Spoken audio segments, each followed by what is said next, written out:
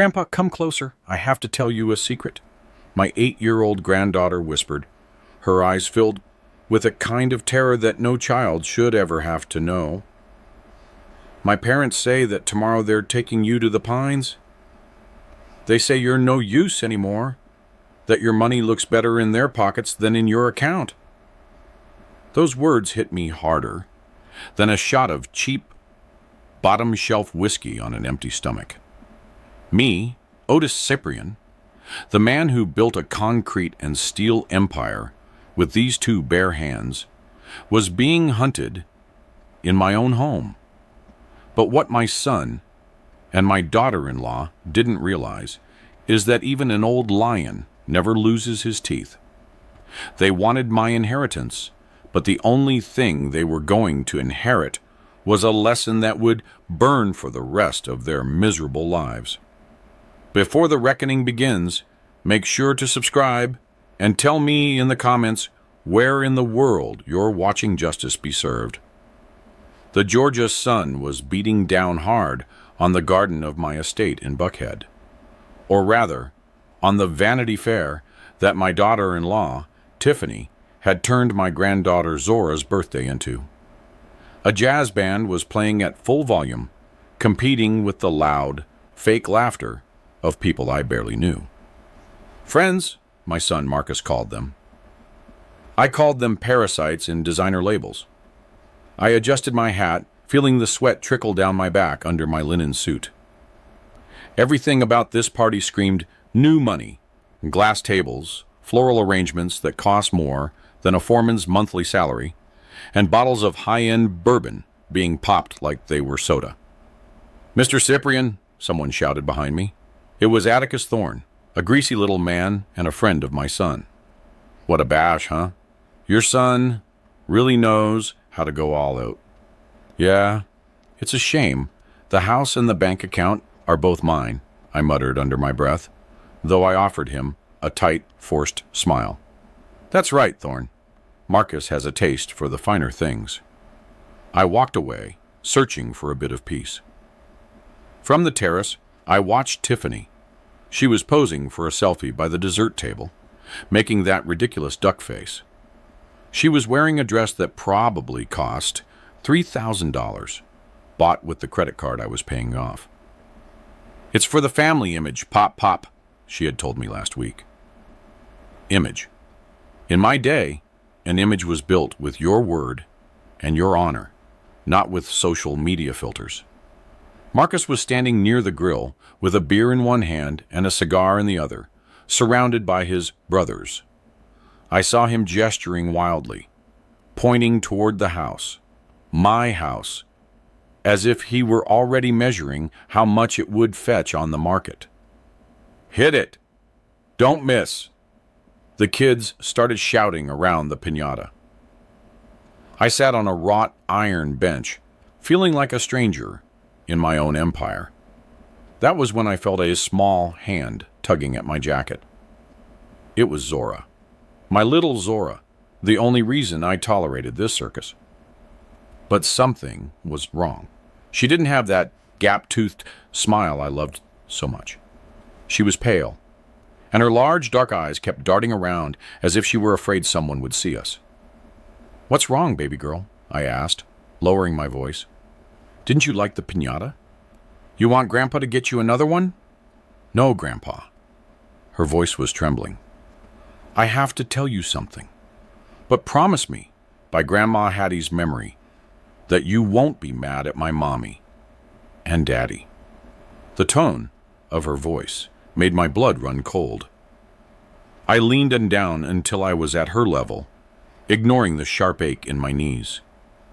"I promise, sweetheart." "What is it?" Zora leaned into my ear, smelling like cotton candy and fear. "Last night, I woke up because I was thirsty. I heard Mommy yelling in the kitchen. She was telling Daddy that they can't take it anymore, that they have to get rid of the old man. I felt a buzzing in my ears. Get rid of the old man. Get rid of the old man, I repeated, feeling the air leave my lungs. Yes, Mommy said that tomorrow morning they're going to sign some papers. She said they're taking you to the Pines. The Pines? The name hit me like a sledgehammer. Everyone in Atlanta knew the rumors about the Pines.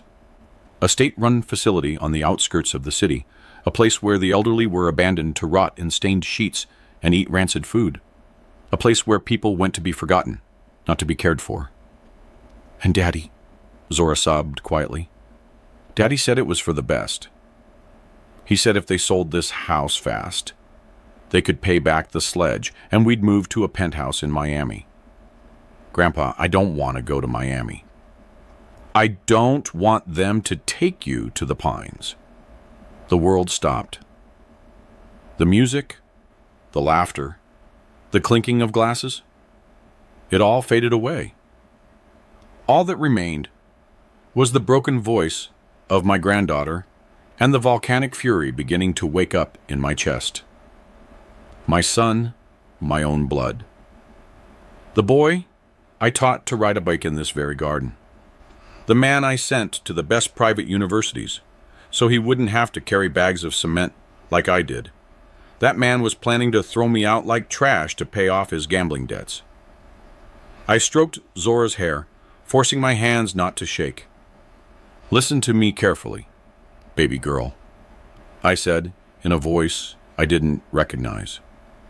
It was the voice of the boss, the voice I used when negotiating multi-million-dollar contracts with corrupt unions. No one is taking me anywhere, and no one is selling this house. Do you understand? You promise? I swear it on your grandmother Hattie's memory. But I need you to be brave. This is going to be our little secret, okay? A spy secret? Zora nodded, wiping her tears. At that moment, I saw Tiffany approaching with that fake elegance she had rehearsed from reality TV shows. Oh, here you both are, Tiffany squealed. Otis, what are you doing out here all by yourself? Come on, we're about to cut the cake. And you, young lady, fix that dress. You look like you belong in the projects. Tiffany grabbed my arm. Her touch made my skin crawl. But I smiled. It was the fakest smile of my life. Let's go, dear, I said. I wouldn't miss this cake for the world. The main table was decorated like a royal wedding. Marcus stood up when he saw me, wearing that toothpaste commercial smile he always used when he wanted money. Pop! The man, the myth, the legend, he shouted, hugging me tightly. He smelled like expensive cologne and fear. Yes, beneath the alcohol, I could smell his terror. The terror of someone who owes a lot of money to very bad people. Sit here at the head of the table. You're the guest of honor today. Thanks, son, I replied, letting him lead me like a fragile old man. What an impressive party. Must have cost a fortune. Marcus tensed for a second, but regained his composure. Nothing is too much for my Princess Zora, Pop. Besides, you know, business is booming. That crypto investment I told you about? Man, we're making money hand over fist. Lie. I knew it was a lie. Marcus couldn't invest his way out of a paper bag. That's great, son, I said, playing dumb. I'm glad to hear that because, to be honest, I've been feeling a little tired lately.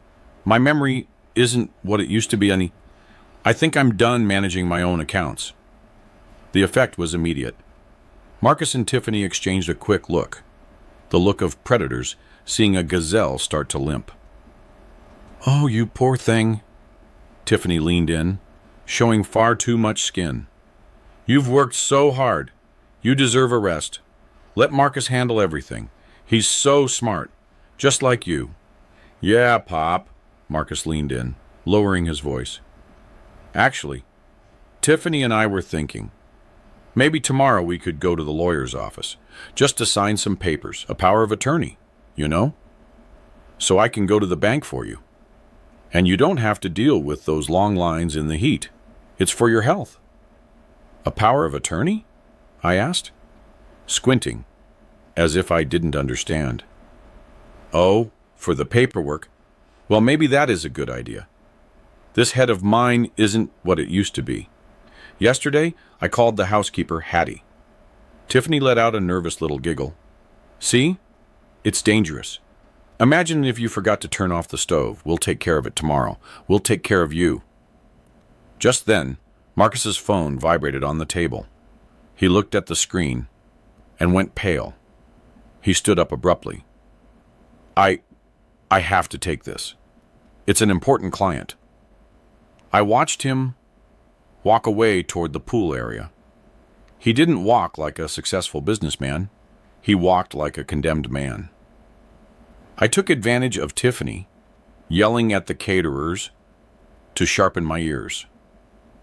Years of working on noisy construction sites had taught me how to read lips and listen selectively. Marcus was arguing in a low voice, his gestures frantic. I told you I'd have it, man. Tomorrow for sure. No, don't touch the kid. I swear the old man is signing tomorrow. The house is worth at least $15 million? Yes, the whole thing. He came back to the table, sweating cold, wiping his forehead with a cloth napkin. Everything okay, son?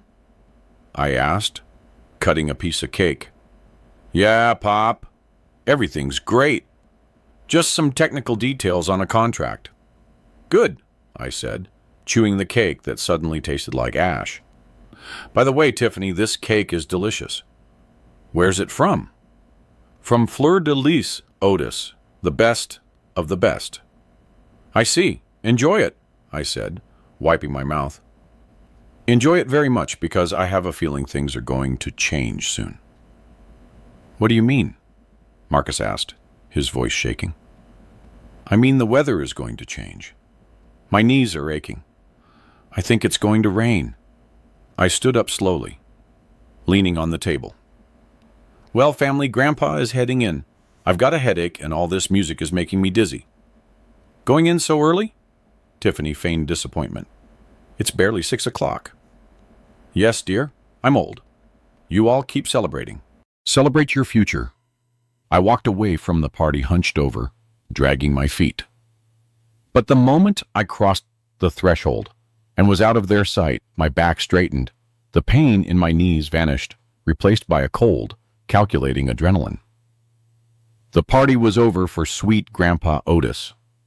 It was time for Otis Cyprian, the man who survived the crashes of '87 and 2008, to wake up. I walked to my truck. It wasn't a Mercedes or a BMW, like the ones cluttering my driveway. It was my faithful '98 Ford F-150, rust red. Marcus was always begging me to sell it. Pop, you look bad showing up to meetings in that junk, he'd say. But that junk had never left me stranded. That truck had hauled the bricks for my first job. It had scars, just like I did. I got in and slammed the door. The smell of old leather and tobacco calmed me down. When I started the engine, its deep roar briefly drowned out the jazz music in the distance. I drove out of the gated community, waving to the security guard who had known me for 20 years. As I drove through the streets of Atlanta, the Saturday evening traffic gave me time to think. I looked at my hands on the wheel, large, calloused, spotted with age. These hands had mixed concrete, hauled steel beams, signed paychecks for hundreds of families, and they had also cradled Marcus when he was born. Hattie, I whispered to the empty passenger seat, you left me alone with this mess, old girl. I remembered the day. Hattie died 3 years ago.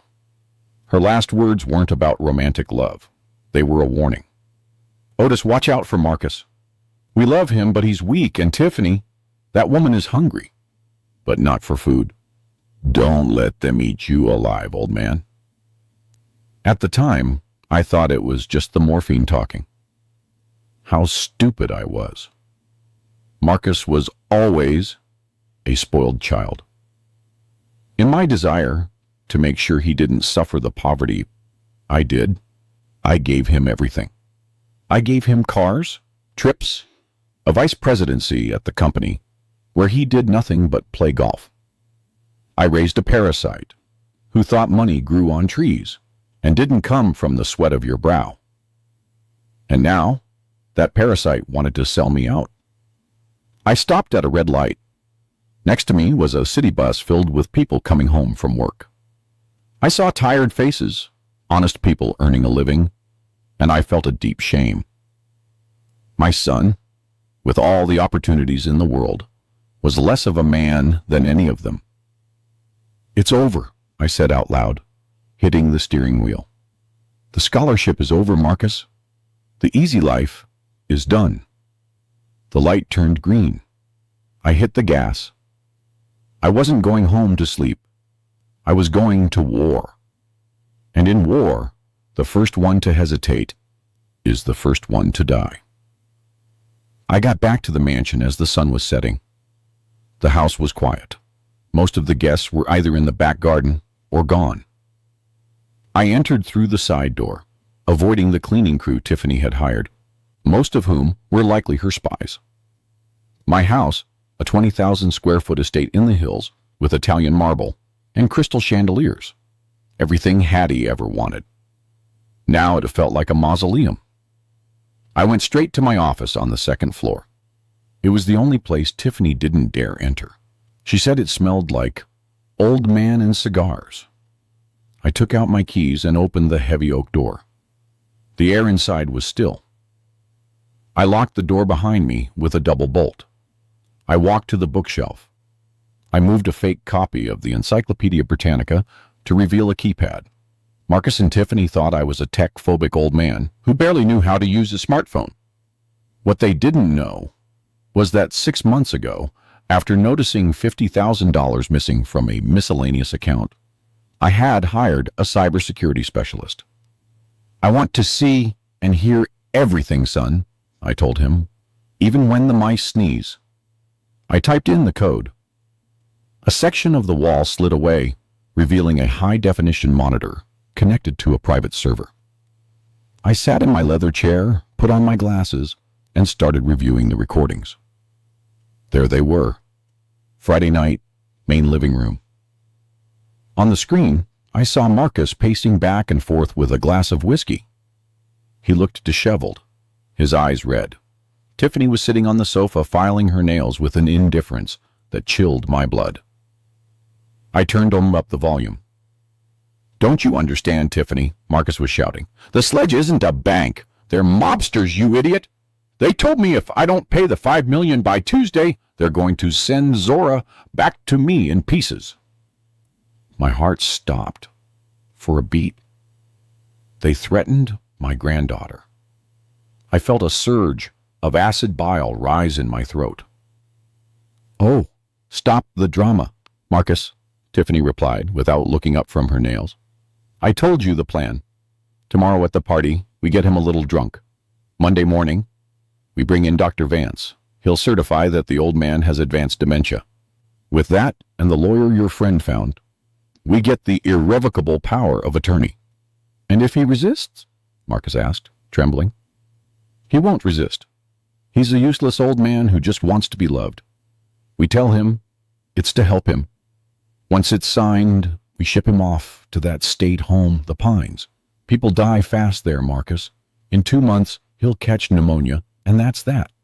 We sell the house, you pay your debt, and we have about 25 million left to disappear to Miami." Marcus stopped and looked at a photo of me on the mantel. For a moment, I thought I'd see remorse. "And what if he finds out?" "Oh, for God's sake!" Tiffany stood up and slapped him. "Be a man. Your father has lived long enough. It's our turn now. Or would you rather let the Sledge kill you?" Marcus touched his cheek. "You're right. The old man is no use anymore." I turned off the screen. I sat in the dark, listening to the hum of the server. The old man is no use anymore. A single tear rolled down my cheek. It wasn't out of sadness. It was pure rage. That tear was the last thing I would ever cry for my son. In that moment, Marcus died to me. The man I saw on the screen wasn't my son. He was an enemy. And you destroy your enemies. I turned on the desk lamp. The yellow light illuminated the portrait of Hattie.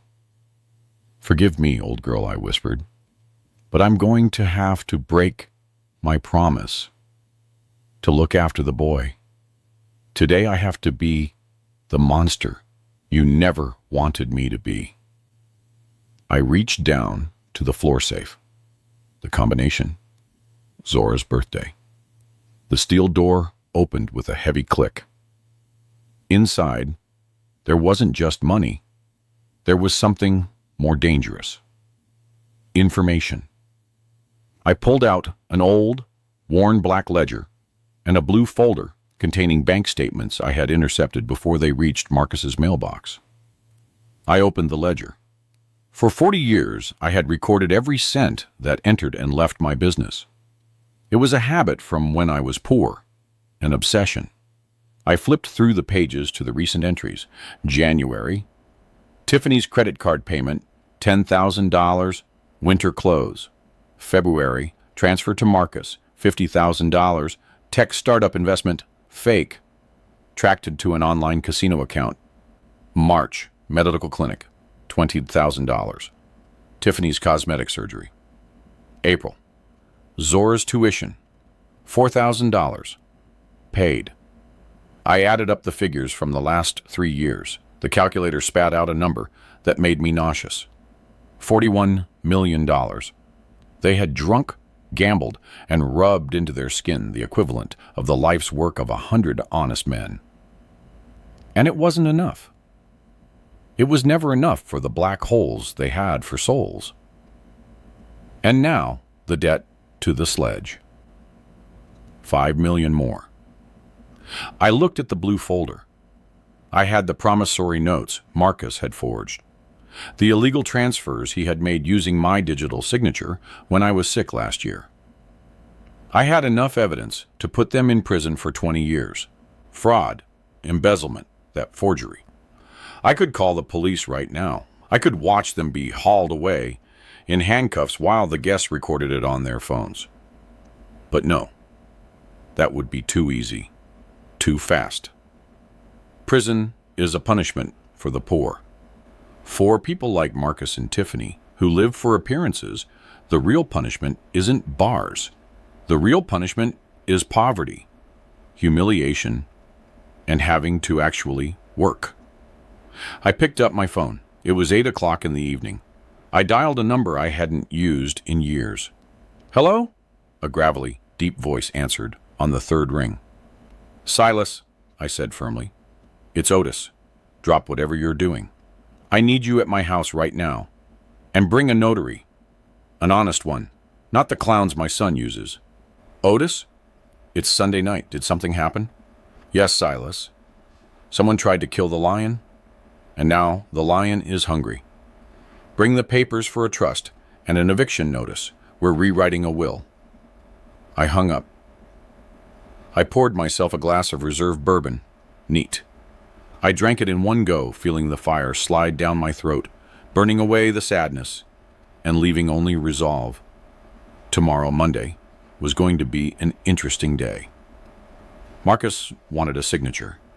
Oh yes, I was going to give him a signature. The one that would end his life as a parasite forever. I walked to the window and looked out at the garden, where the party lights were already being turned off. "Enjoy your last night of being rich, Junior," I whispered, "because tomorrow you're going to find out what it's like to earn your bread by the sweat of your brow." Sunday dawned with that heavy silence that follows a collective hangover. The house was sleeping, or rather, recovering from the binge. But I had been awake for 3 hours, sitting in my favorite armchair, watching the sun illuminate the dust motes floating in the air. A timid knock on the door pulled me from my thoughts. "Grandpa?" It was Zora's little voice. "Come in, sweetheart. It's open?" The door opened, and my granddaughter entered Koror, carefully carrying a tray. The unmistakable smell of bacon and fresh coffee filled the room. "I told the cook I'd bring you breakfast," she whispered, closing the door carefully. "Mommy and Daddy are still asleep." Mommy was yelling because she couldn't find her headache pills. I smiled, a genuine smile, for the first time in 24 hours. "Thank you, Angel. Come, sit here with me."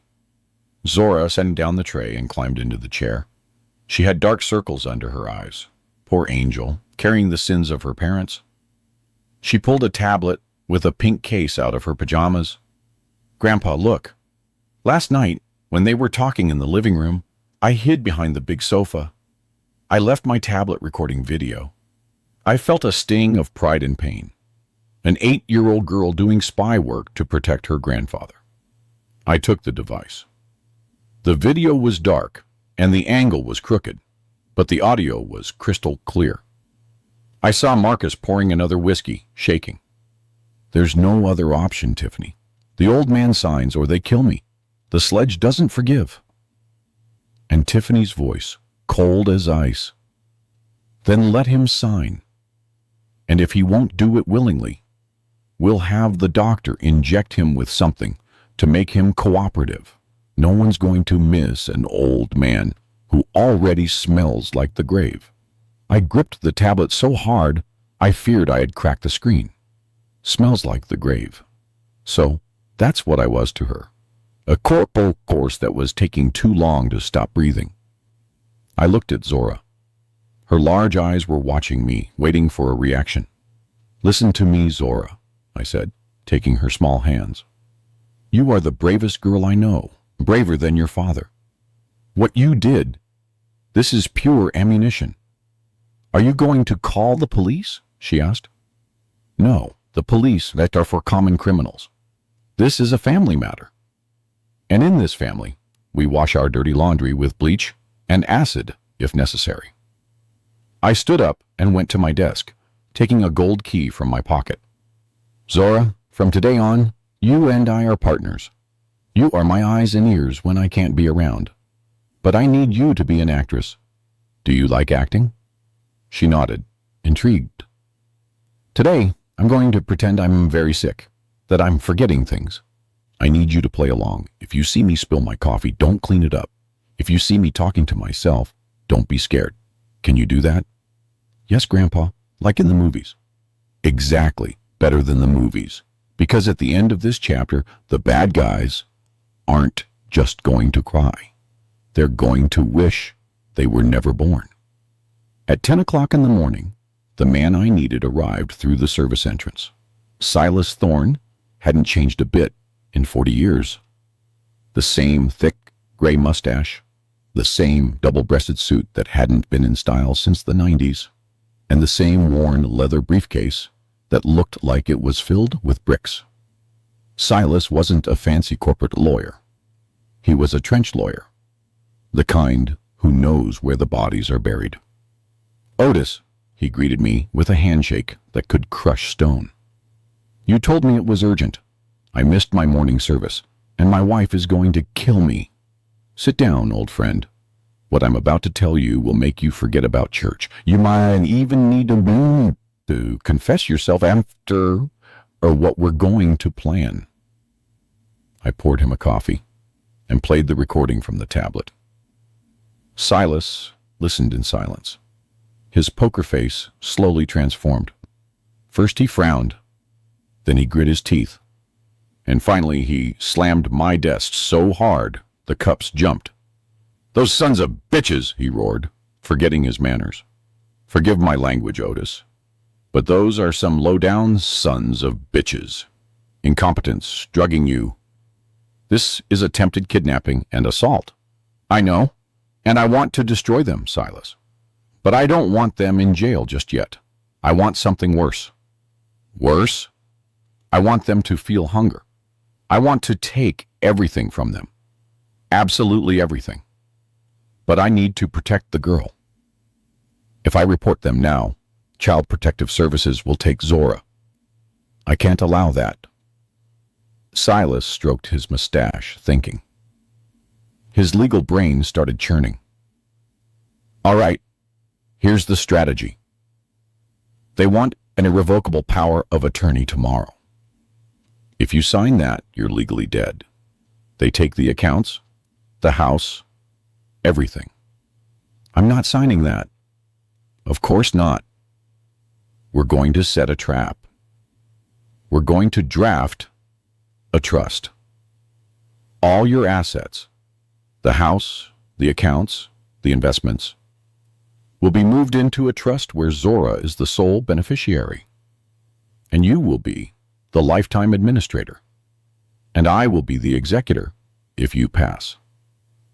The key clause will be this. Any attempt to challenge the trust by Marcus or Tiffany will result in the immediate donation of all assets to the Red Cross. The iron trap, I murmured. I liked it. Exactly. But there's a problem, Otis. Silas looked at me seriously. This Sledge fellow. If Marcus doesn't pay tomorrow, those animals don't play. They could hurt Marcus or worse, come here looking for payment. We can't risk Zora being in the house. I stood up and looked out the window. Silas was right. The law worked out for Tiffany and Marcus, but for the loan sharks, the law didn't exist. You're right, I can't fight two wars at once. I have to neutralize the Sledge today. Are you crazy? Silas was alarmed. Are you going to call the police? No, I'm going to go see him. Otis, they'll kill you. That guy controls the South Side. Silas, I've dealt with union bosses who carried pistols in their belts in the 80s. I've negotiated with corrupt governors. The Sledge is just a businessman. A dirty business, but business nonetheless. And I have liquidity. I opened my safe and pulled out 2 thick stacks of $100 bills. Prepare the trust papers, bring them tomorrow at 9, along with Silas Vance from the bank. Enter through the library and hide. I'll handle the Sledge. The neighborhood wasn't a place for a rust-red Ford F-150, even if it was old. It was a maze of narrow streets, graffiti of grim reapers, and stairs that felt heavy on the back of your neck. I parked in front of a warehouse that was masquerading as an auto shop. I knew I was in the right place because there were 2 tattooed guys at the entrance keeping watch. They didn't look like mechanics. I got out of the truck. I was wearing my hat and carrying my cane, even though I didn't need it. The cane was a weapon. Solid oak with a silver handle. Hey, Pops, one of the guys shouted at me. You're lost. The nursing home is the other way. The other one laughed.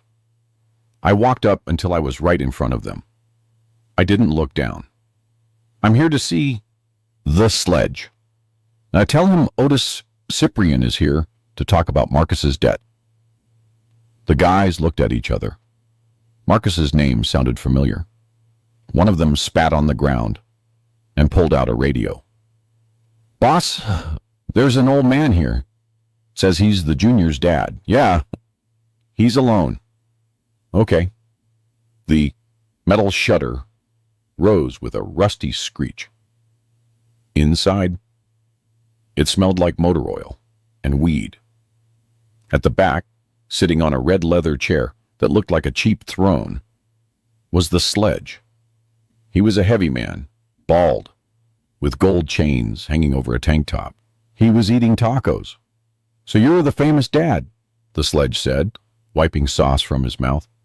Your son is a whiner, you know, cries every time we collect. My son is an idiot, I replied dryly. And you're a reckless lender for lending money to an idiot. The atmosphere tensed. The 2 goons took a step toward me. The Sledge let out a loud laugh. The old man's got balls. I like him.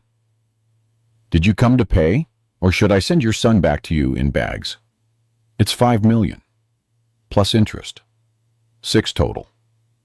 I came to do business. I took out my checkbook. I wasn't going to pay with cash. That was for rookies. I'm going to give you a certified cashier's check for $6 million. You can cash it first thing tomorrow. It's clean money from my construction company. Nothing the police will track. The sledge put down his taco. Clean money was worth double to people like him. And what do you want in return? For me to spare the junior's life? No, I said, and my voice echoed in the metal warehouse. I want trying to buy the debt. The sledge frowned. What? You hand over the promissory note signed by Marcus. You assign the collection rights to me. I pay you. And now, Marcus owes me. You forget about him. You don't touch him, you don't go near my house, you don't look at my granddaughter. If I see one of your men near my family, I have friends in the district attorney's office who would be thrilled to know where you keep your inventory. The sledge studied me. He saw my clothes, my posture, the lack of fear in my eyes. He recognized an equal, a predator. Deal, Mr. Cyprian. He signaled to one of his men. Bring me the junior's papers. 10 minutes later, I walked out of the warehouse with the original promissory notes in my inside pocket. The afternoon sun hit my face. I felt 10 years younger. Marcus didn't owe the mob anymore. Now he owed the boss. And the boss was very disappointed in him. I got back home just as Marcus and Tiffany were coming down to the living room, hungover and in a bad mood. It was time for my grand performance. I messed up my hair, loosened my tie, and dragged my feet as I walked in. Hattie! I shouted, looking toward the empty kitchen. Hattie, woman, where did you put my blueprints? Marcus stopped dead on the stairs. Pop? Mom? Mom died 3 years ago. I turned toward him, squinting as if I didn't quite recognize him. Marcus? Oh, no. You're... Who are you? Oh, yeah. The boy who brings the newspaper. Tell Hattie to serve dinner. Tiffany ran down with a malicious smile painted on her lips. Oh, Marcus, look at him. He's worse than we thought. She came over to me and spoke as if I were a foolish child. Otis, Hattie isn't here. Come, sit down. Did you take your medicine? I don't want medicine, I grumbled, waving my arms at the air. I want to go home. This isn't my house. There are too many strangers. I let myself sink into the sofa, staring into space, with my mouth slightly open. Marcus's phone rang. He answered quickly, walking away a bit. Hello? Yes, I know. I'll have the money tomorrow. No, don't worry. The old man is ready. He's completely gone. Yeah. Tomorrow I sign and deposit. He hung up and gave Tiffany an okay sign with his hand. They were celebrating. They thought they had the money in the bag. Pop, Marcus sat next to me, putting a hand on my shoulder. Some friends are coming to visit you tomorrow. A very good doctor, and a man who's going to help us with some papers so you don't have to worry about anything. Is that okay? Papers? I asked with a trembling voice. Papers for Hattie to come back? Yes, Pop. Sova, everything will be fine. You just have to sign and rest. Well, if you say so. You're a good boy. Not like that Marcus fellow who spends all my money. Marcus stiffened, but Tiffany let out a laugh. Listen to what he says. Even in his madness, he knows you're a spender. Get him to his room. Let him sleep until tomorrow. We don't want him dying before he signs. I let myself be led up the stairs, leaning my full weight on my son. I felt his tense muscles, his impatience. His touch disgusted me, but I endured. Sleep well, son, I thought, because tomorrow you're going to wake up in hell. It was 9 o'clock at night. I was in my office reviewing the final draft of the trust that Silas had sent me via encrypted email. I was standing, pacing back and forth, talking on my cell phone in my normal voice. Yes, Silas. Clause 3 needs to be stricter. I want it to specify that they can't even live on the property as guests. Out. Totally out. Suddenly, I heard the click, clack, click of heels in the hallway. I froze. Tiffany. The door to my office was closed, but light was leaking out from under it. If she came in now and saw me talking business with such clarity, everything would be ruined. Would they run to find a corrupt judge that same night? Or would they do something to me physically? Otis? Tiffany's voice sounded right behind the door. Who are you talking to? I hung up the phone instantly and threw it onto the sofa. But I didn't have time to sit down or turn off the computer. The knobs started to turn. My heart was beating like a drum. I was trapped. Crash. The sound of breaking glass exploded in the hallway a few yards from the door.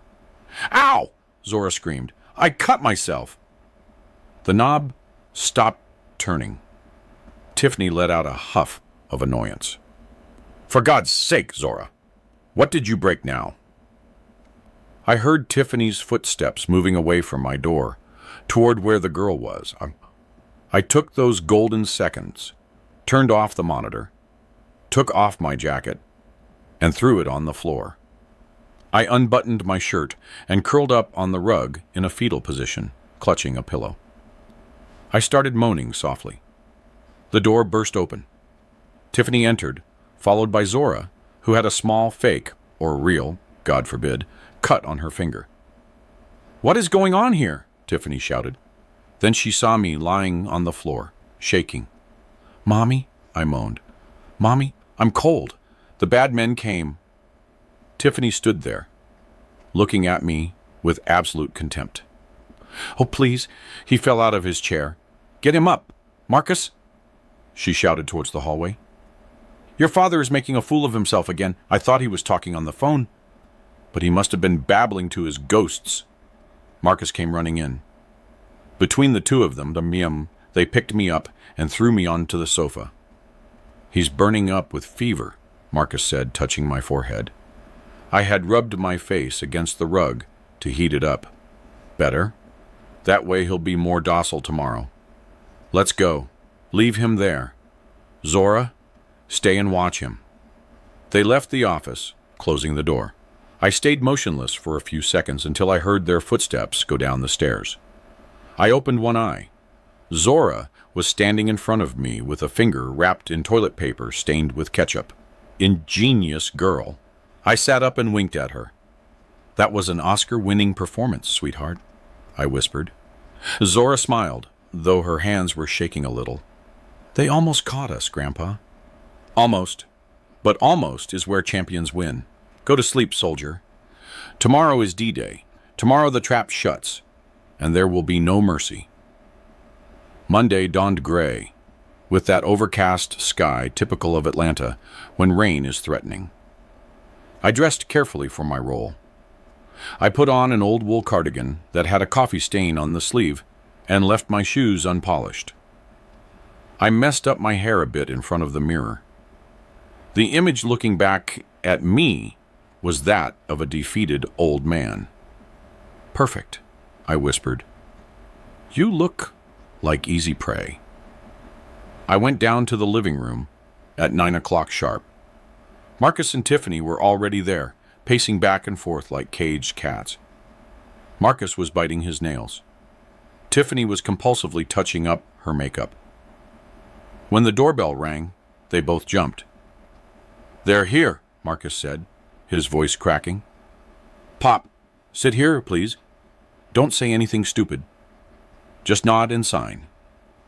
The housekeeper opened the door, and the vultures entered.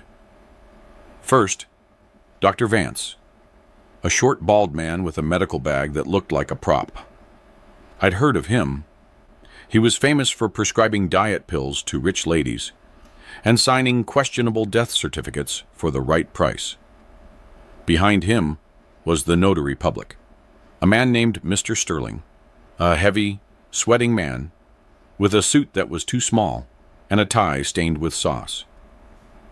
He had that arrogant look of bureaucrats who think they're gods because they have an official seal. "Good morning, family," Sterling said in a thick voice. "Sorry for the hour, but we understand this is a matter of medical and legal urgency. Come in, come in." Tiffany received him with her best fake smile. "My father-in-law is waiting for you. Today he woke up, well, you'll see, very lost." I sat there staring at a fixed point on the wall with my mouth slightly open. "Who are these people, Hattie?" I babbled when they approached. "Did they come to fix the leak in the roof?" Marcus closed his eyes, ashamed or relieved, I don't know. "No, Pop. This is the doctor and the lawyer. They came to help you." "Help me? I don't need help. I built the downtown bridge. I hauled the bags." I started rambling, mixing memories from 30 years ago. Dr. Vance looked at me with disdain and pulled a light from his pocket. "Let's see, Mr. Cyprian. Look at me here." He shone the light in my eyes. Dilated pupils. Slow response. "Aha. Tell me, what day is it today?" It's Sunday service." Hattie put on her blue dress. Vance put away the light and looked at the notary. "It's evident, Mr. Sterling. Advanced dementia with episodes of delirium. This man doesn't even know who he is. He's a danger to himself and his assets." "How terrible!" Sterling exclaimed, feigning surprise. "What a tragedy for a man of his stature. Well, let's proceed. Time is money, and my fees are running." I saw them take out the documents. There were many. Papers that smelled of fresh ink and betrayal. I felt like an animal in a slaughterhouse, watching them sharpen the knives. But what they didn't know was that the animal wasn't tied down. What Marcus and Tiffany ignored was that the house had ghosts that morning. An hour before the vultures arrived, I had opened the back garden door. That's how my true allies entered. Silas Thorne, my lifelong friend, and the toughest lawyer in Georgia, and Mr. Vance, the honest one, the regional director of National Bank, a man of impeccable reputation who had managed my accounts since the 80s. 2 other men also came, private security guards, ex-military, armed and discreet. "Otis, this is crazy," the banker had told me as he walked in, seeing my senile old man costume. "Is all this theater necessary?" "It's necessary, Silas. I want them to see the face of the boss without a mask. I want them to hear how they sell out their own father." I hid them in the library, a room adjacent to the main living room. The library door was thick wood, but I left it open by a millimeter. Additionally, I had connected the security camera feed to a tablet that Silas Thorne was holding. They could see and hear everything happening in the living room in 4K definition. "Don't come out until I give the signal," I warned them. "The signal will be when I throw the papers on the floor." "Take care of yourself, brother," Thorne said, squeezing my shoulder. "If they try anything physical, we're coming in hard." Now, as the corrupt notary spread the documents on the coffee table, I knew my friends were just 15 feet away, holding their breath, witnessing the infamy. I felt a strange calm. I wasn't alone. I had my granddaughter upstairs, safe in her locked room, my friends by my side, and my wife's memory in my heart. "All right, Mr. Cyprian," the notary Sterling said, putting a gold fountain pen in front of me. "I need you to sign here, here, and here. It's so your son can, collect your pension and pay for your medicines." "My pension?" I asked, my hand trembling intentionally. "But I have money. I have a lot of money in the safe." Not anymore, Pop, Marcus interrupted, sweating buckets. The money is in the bank and you can't go. Sign so I can go for you.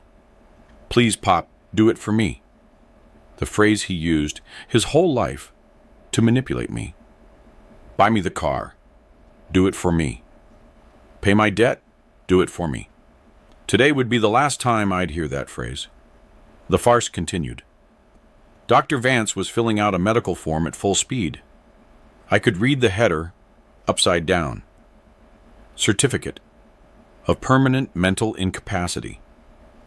Doctor, Tiffany said, crossing her legs and shaking her foot impatiently, does that certificate work to admit him today? We already contacted the ambulance for that place. Yes, ma'am. With my signature and the notary's seal, Otis Cyprian legally becomes a child. You decide where he lives, what he eats, and of course, what is done with his assets for his maintenance. Excellent. Tiffany smiled. A shark's smile. Marcus, give him the pen. Let him sign already. Marcus took my hand. His palm was cold and damp. Pop, take the pen. Sign here where the X is. I took the pen. My hand was shaking so much I made a scribble in the air. No, I can't. My hand hurts, I moaned. Oh, for God's sake. Tiffany stood up from the sofa, exasperated. Let me help you. She sat next to me and grabbed my hand tightly, almost digging her nails in. I felt her expensive perfume, paid for with my money, invade my nostrils. Come on, Pop. Don't be difficult. Sign your name. OTIS. I looked at the papers. Irrevocable, general power of attorney for lawsuits and collections, acts of administration, and acts of ownership. And below it, another document. Promise of sale of real property. They already had the house sold. I looked up and looked Marcus in the eye. I was going to give him one last chance. One single, final test of paternal love. Marcus, son, I said in a soft voice, but stopping my trembling a bit. If I sign this, do you promise me you won't sell your mother's house? Her garden is here. Her memories are here. Swear to me you'll let me live here until I die. The silence in the room was absolute. The notary stopped writing. The doctor looked at the ceiling. Marcus looked at Mio. I saw the doubt in his eyes. I saw the struggle between his conscience and his fear of the sledge. But the fear won. Yes, Pop, he said without blinking. I swear it. This house is yours. No one is going to sell it. You're staying right here. Lie. A lie told to the eyes of a dying father. That was the exact moment my heart hardened, like the concrete I sold my whole life. There was no turning back. You swear it to me? I insisted. I swear it on my life, Pop. Sign already. Tiffany squeezed my hand violently. Stop the drama and sign, you useless old man. We're in a hurry. In that instant, time stopped. I stopped shaking. My hand, which seconds before seemed like a dry leaf in the wind, turned into a claw of steel. I squeezed Tiffany's wrist so hard she let out a cry of pain and surprise. Ow! You're hurting me. Let go, she shrieked, trying to pull away. But I didn't let go. I turned slowly toward her. My posture straightened. My mouth was no longer open. My eyes, previously glassy and lost, now burned with the fire of accumulated fury. Get your filthy hands off of me, woman, I said. My voice wasn't a babble. It was a deep, low thunder. Tiffany froze with her mouth open. Marcus took a step back as if he'd seen a ghost. Pop, he whispered. I released Tiffany with a push that sent her backward against the sofa. I stood up. I didn't need the cane, but I gripped it as if it were a royal scepter. Did you think I was crazy? I asked.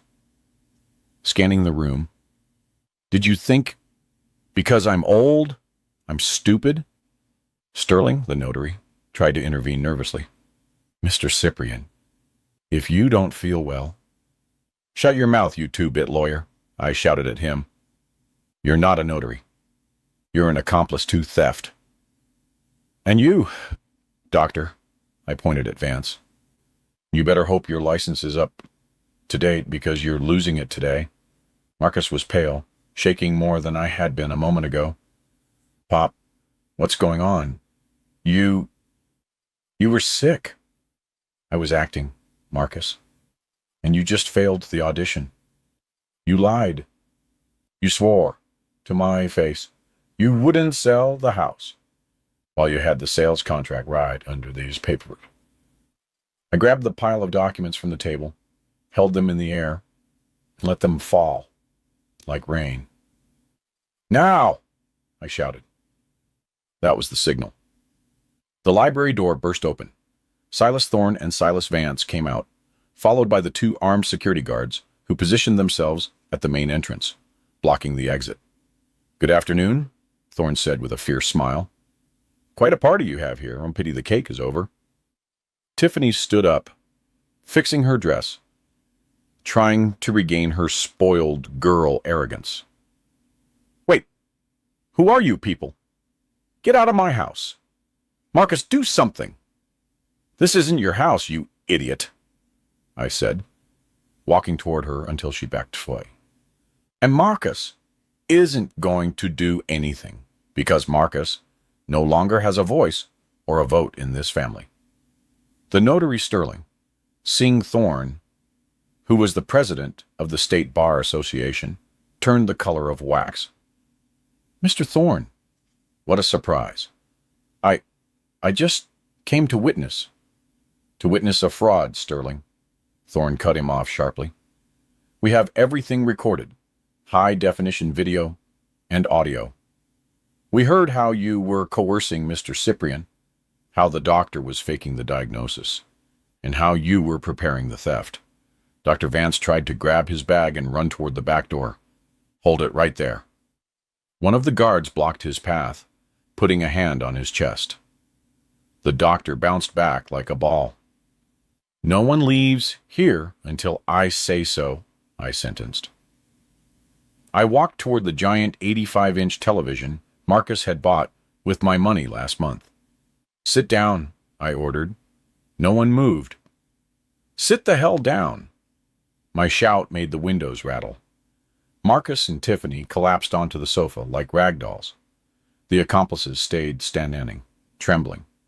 Marcus, you wanted to know how gone your father was? Let's watch a movie. I took the remote and connected the server feed. The screen lit up. The day and time appeared. Friday, 11:45 p.m. There they were, in that same living room. The video started playing at a deafening volume. Marcus on screen. The old man already smells like the grave. If we put him in the pines, in 2 weeks he'll die of sadness or an infection. Tiffany on screen. I hope he dies sooner. I'm sick of him and his back-in-my-day stories. Hey, with the $15 million from the house, can I buy the Range Rover? The one with the panoramic sunroof. Marcus on screen. Yes, baby, whatever you want. First I pay the sledge, and the rest is ours. After all, the money was going to be ours sooner or later anyway. I paused the video right on Tiffany's face, laughing. The silence in the room was deathly. Tiffany was staring blankly, her mouth dry. Marcus was crying silently with his head in his hands. Smells like the grave, I repeated Tiffany's words. I paid for your new body, Tiffany. I paid for your gym. I paid for the very clothes you're wearing. And this is how you pay me back. Planning my death to buy a car. You are trash. You are less than trash. I turned to Marcus. And you, my son, my pride, selling out your father for gambling debts. And women. Pop, forgive me. I'm scared. The sledge, yeah. Marcus sobbed like a small child. Shut up, I snapped. Don't cry. Men face their consequences. I turned to Silas Thorne. Counselor, how many years in prison for these people? Attempted theft, fraud, forgery, illegal restraint. Thorne pulled out a notepad and feigned calculations. Well, Otis, adding the aggravating factors of the victim being elderly and the family bond, I'd say about 15 years for Marcus and Tiffany. And for these two gentlemen, he pointed at the doctor and the notary, besides jail, lifelong professional disbarment. Sterling, the notary, fell to his knees. Yes, to his knees. Mr. Cyprian, please, I didn't know. They misled me. I have kids, Mr. Cyprian. Stand up. Have some dignity, I said with disgust. You knew exactly what you were doing. You charged $5,000 in advance. I saw it in Marcus's transfer records.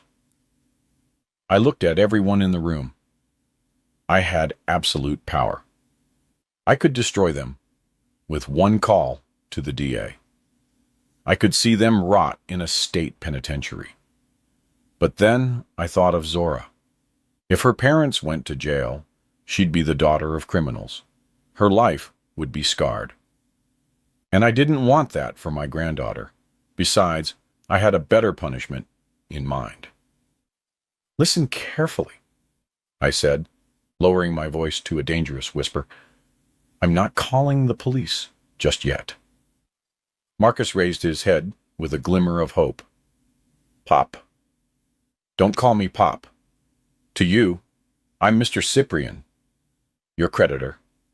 I pulled the wrinkled paper from my jacket pocket, the one with the star stain I'd gotten from the sledge yesterday. Marcus, do you recognize this? Marcus squinted. When he saw the sledge's signature and the assigned stamp, his breath caught. How? How do you have that?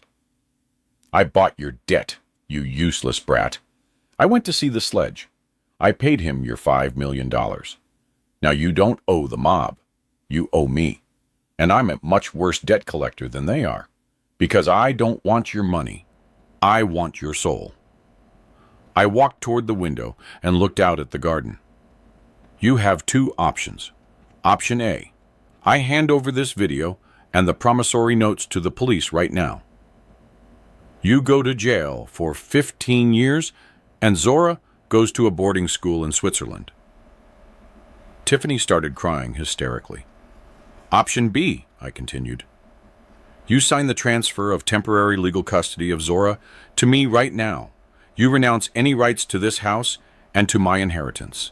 And you, Marcus, you're going to work. Work? Marcus asked, confused.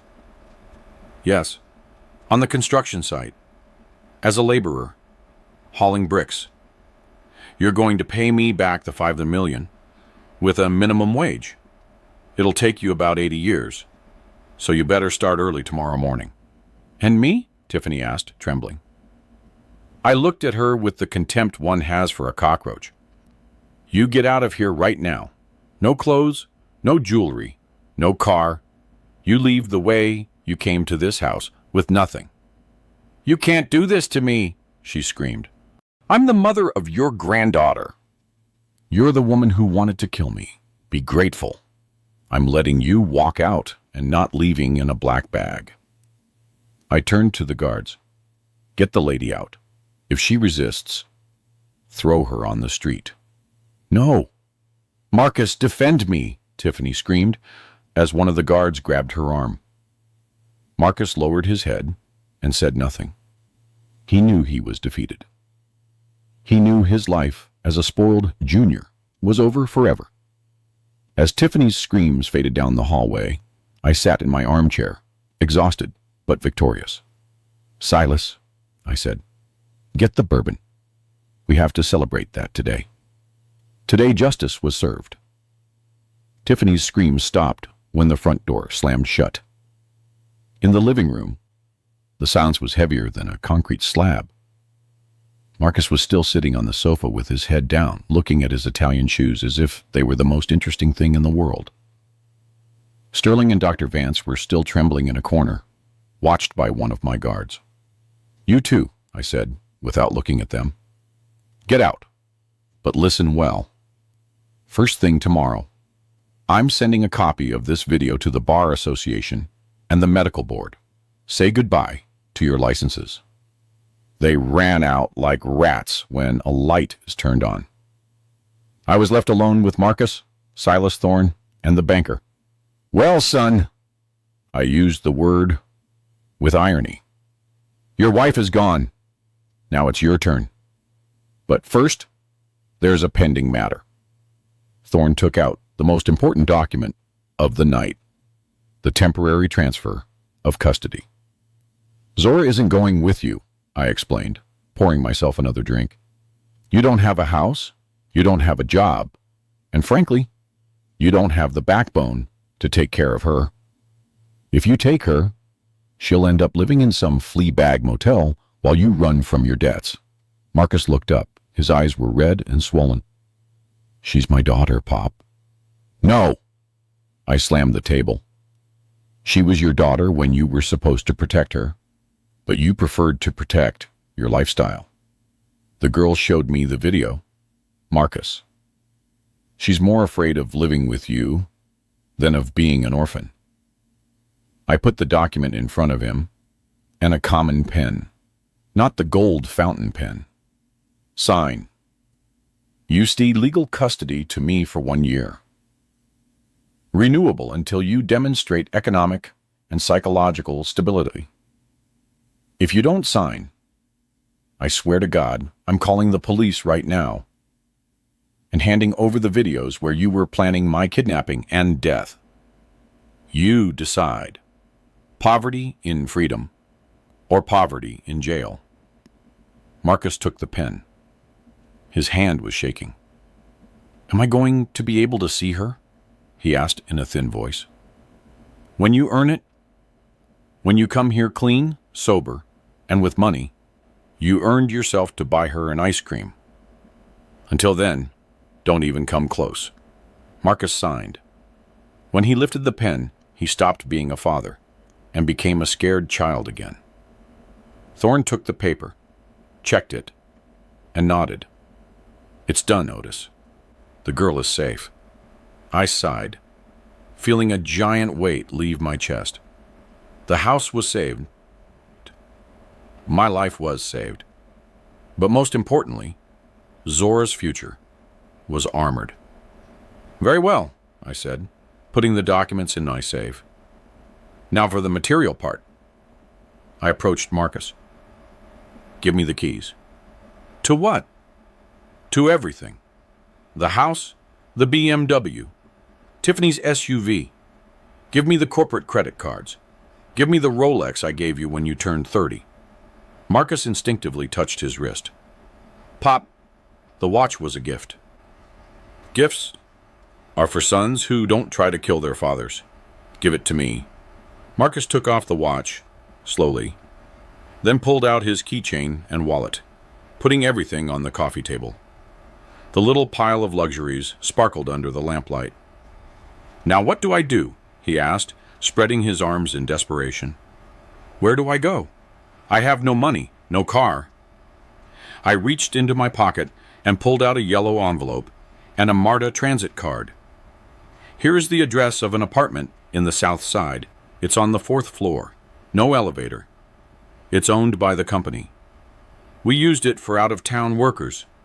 It's paid for 1 month. After that, the rent is on you. I tossed him the transit card. And this is for you to get around. The bus stops nearby. Welcome onto the reality of millions of Americans, Marcus.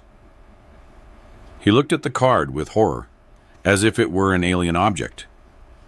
You're leaving me on the street? No. I'm giving you a roof and an opportunity. Tomorrow at 7 a.m., you report to the Riverfront Project. Ask for the foreman, Silas Big Dog Jackson. I told him to give you a job as a general laborer. Laborer? Marcus turned red. I'm an architect. Well, I never technically got my license, but I can't haul bags. You can, and you will. The pay is minimum wage, plus overtime. With that, you'll pay your rent and your food. And every week, I'll deduct 30% to go toward your $6 million debt to me. I got close to him until our noses almost touched. If you miss a single day, if you're late, or if you complain, I fire you. And if I fire you, you no longer have my protection against the Sledge's friends. Understood? Marcus nodded, defeated. Go. Your bags with your old clothes are at the door. The guards will call you an Uber. And Marcus. I stopped him before he left. Don't come back until you are a man. Marcus left, dragging his suitcase down the stone path. But the real show was happening outside on the street. Tiffany hadn't left. She was on the sidewalk, screaming like a lunatic, hitting the iron gate of the residence. Open up! It's my house! They're robbing me! She shrieked, with mascara running all over her face, looking like a rabid raccoon. What Tiffany didn't know is that in my neighborhood, the walls have ears, and the neighbors have hawk eyes. Right across the street lived Mrs. Montgomery, the general's widow. That woman was the Central Intelligence Agency of gossip in Buckhead. If Mrs. Montgomery saw it, the whole state of Georgia knew it in 10 minutes. I saw it on the security cameras as Mrs. Montgomery came out to water her plants at 10 at night. "Oh, neighbor," Mrs. Montgomery shouted from her gate. "What is all that noise? Did you lose your keys?" Tiffany turned, trying to recompose her dignity, but it was impossible. She was disheveled, shoeless. She'd lost them in the scuffle, and her dress was torn. "That old man kicked me out," Tiffany shouted. "He wants to take my daughter." At that moment, the gate opened, and Marcus came out dejected, carrying his plastic bags. "Marcus?" Tiffany ran toward him. "Tell these idiots to let us in." Marcus looked at her. For the first time in years, I saw an expression of disgust toward her on my son's face. "There is no more house, Tiffany," Marcus said in a dead voice. "It's over. Pop knows everything. He knows about the sledge. He knows about the fraud. He took everything from us." "What?" Tiffany backed away. "But you're the heir. Do something." "It was your fault," Marcus exploded, shouting in the middle of the street. "You and your ambition. Sign it. Sign it. Let the old man die. Because of you, I lost my father and my daughter. You're half a man," she screamed, slapping him. Marcus didn't move, so he just looked at her coldly. "Go to hell, Tiffany." Marcus got into the Uber that had arrived, closed out the door, and left her standing there on the sidewalk. Mrs. Montgomery watched the scene with her mouth open, memorizing every detail to tell at the Garden Club brunch tomorrow. Tiffany was left alone under the streetlight. No money, no husband, and now the laughing stock of Atlanta society. She sat on the curb and started to cry. She wasn't crying for her daughter or her husband.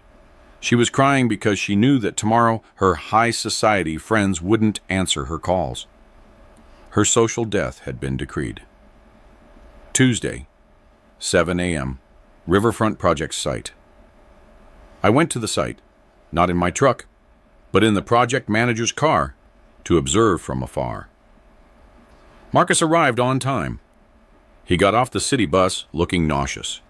He was wearing old jeans and work boots that were too big for him, borrowed from the super of his new building. Big Dog Jackson, the foreman, a man who had been with me for 30 years and had arms like tree trunks, was waiting for him. "You the one they call Marcus?" Jackson asked, spitting on the ground. I'm Otis Cyprian's son," Marcus said, trying to use his last name as a shield. "There ain't no sons of anybody here," Jackson cut him off. "There's only laborers. Your dad told me not to have any pity on you, so grab that wheelbarrow and start moving debris from the basement level to the dumpster. Move it." I saw my son, the one who used to play golf on Tuesdays, grab a shovel. His soft hands, accustomed to holding wine glasses, blistered in the first hour. At 10 a.m., Marcus threw up behind a pile of bricks. The sun was hot, and the cement dust got into his lungs. One of the workers offered him some water from his bottle. "Keep at it, kid," the worker told him. "The first day is the one that kills you. If you survive today, you've made it." Marcus wiped his mouth, looked at his bleeding hands, and to my surprise, didn't throw in the towel. He grabbed the shovel again. I cried a little inside the car. It was hard to see him like that. It was brutal, but it was necessary. Fire purifies gold, and hard work purifies the soul. I was breaking the spoiled child to see if there was any man left inside. "Come on, son," I whispered. "Prove me wrong about you." It's Sunday again, but this Sunday is different. I'm sitting in the garden, under the shade of the oak tree Hattie and I planted 40 years ago. The air smells like barbecue and grilled corn. "Grandpa, look!" Zora runs toward me with a paper in her hand. She has grown so much this year. She no longer has that look of fear. Now her eyes sparkle with mischief and happiness. "Let's see my little architect," I say, taking her report card. "Straight A's. Well, and 1 B in PE. But you got that from your grandpa. I was never much for running." Zora laughs and hugs me. "Is Daddy coming today?" she asks. "Yes, baby. He should be here any minute." The bell rings. Marcus enters the garden. He has changed. He's thinner. His skin is tanned by the sun, and his arms are toned from physical labor. He doesn't wear Italian suits anymore. He has on a clean flannel shirt and jeans. But most importantly is his look. It's no longer shifty. He looks me in the eye. "Good afternoon, Mr. Cyprian," he greets me with respect. "Good afternoon, Marcus. Sit down. The ribs are almost ready." Marcus greets Zora with a huge hug. He has brought her a modest gift, a set of watercolors. "I bought it with my punctuality bonus," he tells her with pride. "Thanks, Daddy." Marcus sits next to me. He pours himself a beer, but only one. "How's the site?" I ask. "Tough, boss, but they promoted me. Big Dog let me handle the inventory last week. Says I'm good with numbers when I'm not using them to gamble." He laughs, an honest laugh. "I'm glad to hear that. Keep it up. And in a couple of years, maybe, just maybe, we can talk about you coming back to the office. But from the bottom up." "I'm in no rush, Pop," he says, taking a sip. "I like coming home tired and being able to sleep soundly without owing anything to anybody." "And Tiffany?" "Well, news travels fast. I heard she went up to New York, looking for some other rich sucker, but she's too old to compete with 20-year-old models. Last I heard, she was selling timeshares in a call center. Poetic justice." I look at my family. It's not perfect. It's patched up. It has visible scars and seams, but it's real. Zora is painting on the grass. Marcus is tending to the meat on the grill. And I, Otis Cyprian, the old lion, can finally close my eyes and rest a bit. Hattie was right, and in the end, it's all about tending the garden so the roses can bloom, even if sometimes you have to prune the rotten branches. I lift my glass toward the sky. Cheers, Hattie. Mission accomplished.